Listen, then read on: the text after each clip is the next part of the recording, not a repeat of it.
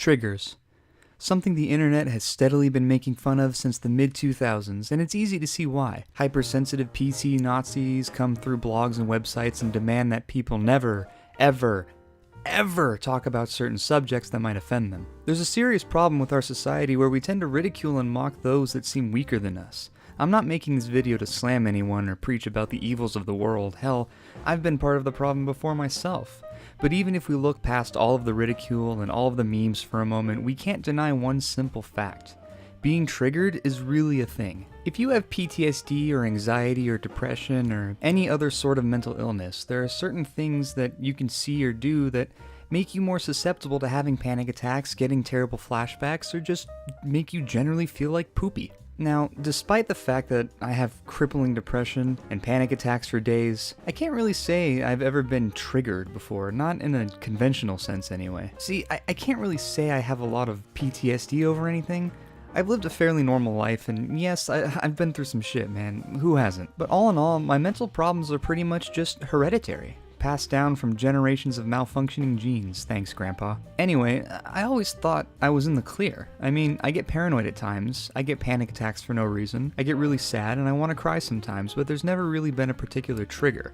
Until now. Ladies and gentlemen of YouTube, the almighty Brancake has indeed been triggered. Now, before I get into the specifics of what happened, I want to preface this by saying I'm a gamer and a YouTuber. Horror video games are sort of a requirement for my people. I've played many scary video games. I've watched other gamers play probably hundreds of horror video games. I've seen some pretty disturbing stuff in the video game world. I've even played games that talk about some very uncomfortable topics for me. I mean, very uncomfortable topics for me. The most uncomfortable of them being suicide. See, suicide is a really touchy subject for me. I lost someone really dear to me to suicide when I was 16, and from then on, I've been on the sidelines of the suicide circus show, watching it take a lot of my favorite creators, musicians, and overall idols away from me and the rest of the world. So yeah, it bothers me. On top of that, my depressive nature makes me sometimes get fixated on it, which scares me, you know? Don't worry though, I'm a big, strong boy. I can pull through. I always do. So when I saw some playthroughs of Doki Doki Literature Club, I thought it was just gonna be another horror game trapped in a cute game sort of trope. Yeah, I've already heard of it.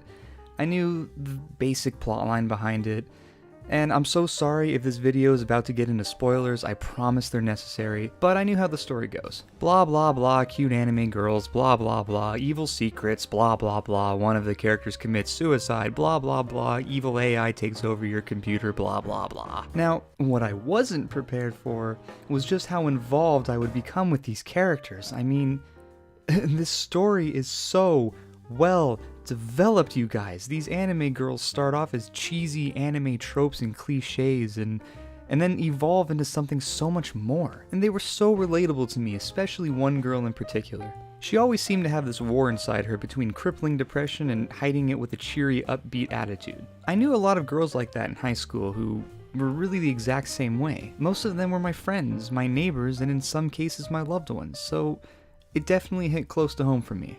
Now here's the kicker. That same character is the one who commits suicide, and upon this horrifying discovery, I was just sat there like, are you fucking kidding me? And also, side note, fuck whoever directed the art for this game. Like, to just see her hanging there all gray and lifeless and cheese and rice, man, just didn't need to see that. Alright, so after I poured gallons of brain bleach into my ear hole, I moved on with the rest of my evening and thought nothing of it. Until the next day. The image kept playing in my head over and over, the dialogue kept playing, my thoughts spiraled out of control, I thought about my own mortality, I thought about the unbearable loss of those I've known and loved, and there I sat, huddled in a corner, rocking back and forth and crying and muttering to myself. The only person who could pull me out of it was my girlfriend, and even still, I had to spend several days trying to recover from my emotional breakdown. I guess if there's any message to take home from all of this, it's just please be careful about what you choose to expose yourself to. I don't hold Team Salvato accountable at all for what I went through. I was warned 3 different times. Once on the Steam page, once in the actual game, and once more by YouTubers who played the game. Did I listen?